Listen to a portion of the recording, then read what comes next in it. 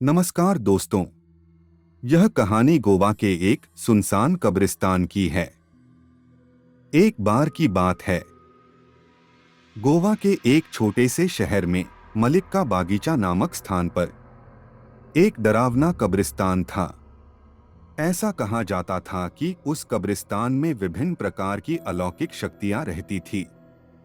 लोगों का मानना था कि कुछ शक्तियां तो काली और नुकसान देने वाली थी, पर कुछ मासूम शक्तियों का भी वास था।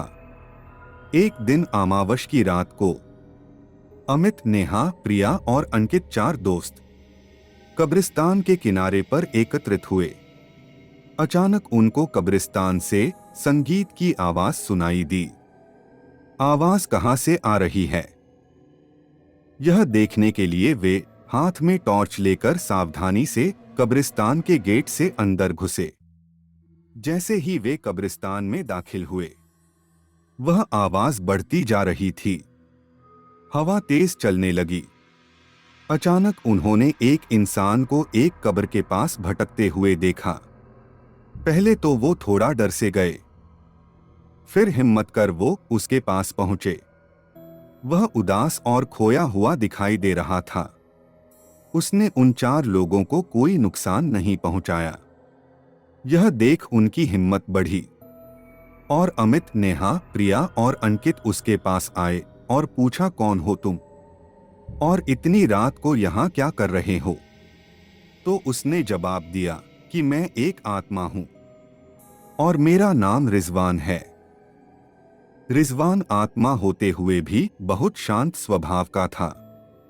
रिजवान ने उन्हें उस भयानक अभिशाप के बारे में बताया जो इस कब्रिस्तान की सभी आत्माओं को परेशान करता था। हर रात एक प्राचीन चुड़ैल जागती थी और कब्रिस्तान पर जादू करती थी और रिजवान जैसी मासूम आत्माओं को अपने वश में कर लेती थी। अभिशाप को तोड़ने का एकमात्र तरीका कब्रिस्तान के ऊपर जंगल में एक पेड़ के पीछे छिपे हुए शीशे को ढूंढना और आधी रात से पहले उसे नष्ट करना था। जादुई शीशे को ढूंढने का दृढ़ संकल्प लेकर बहादुर दोस्त अपने मिशन पर निकल पड़े। उन्होंने जंगल में जाने के लिए अंधेरे में मकबरों के बीच रास्ता खोजा और इस बात का ध्यान रखा कि आत्माओं को पता नहीं चले कि वो वहां आए हैं।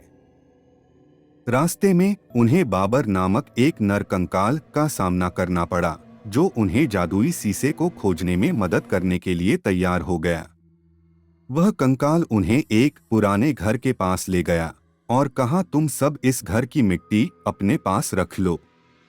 अगर ये मिट्टी तुम्हारे पास रहेगी तो वह चुड़ैल तुम्हारा कुछ नहीं बिगाड़ सकती और ये मिट्टी तुम्हें जादुई शीशा हासिल करने में मदद करेगी। यह कहकर वह कंकाल वापस कब्रिस्तान की तरफ चला गया। मिट्टी अपने हाथ में लेकर चार दोस्त जादुई शीशा ढूंढने लगे। बहुत ढूंढने के पश्चात जंगल में एक गड्ढे के अंदर उन्हें चमकता हुआ कुछ दिखाई दिया। अमित गड्ढे के अंदर जाकर वह चमकता शीशा ले आया।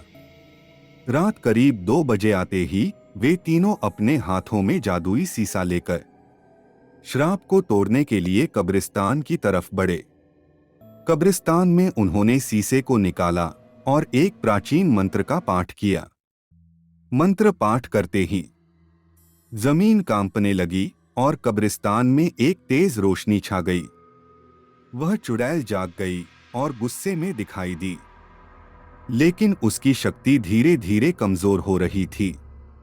उसने अमित, नेहा, प्रिया, अंकित को मंत्र पढ़ने से रोकने के लिए अपनी जादुई शक्ति का प्रयोग किया, लेकिन उन पर कोई असर नहीं हुआ क्योंकि वो जिस मंत्र का पाठ कर रहे थे वो अलौकिक शक्ति से युक्त मंत्र था। फिर मंत्र के प्रभाव से वह शीशा टूट गया।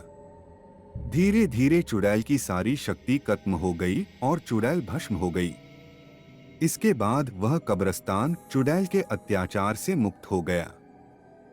अगर आपको यह कहानी अच्छी लगी तो please like and channel subscribe करना ना भूलें।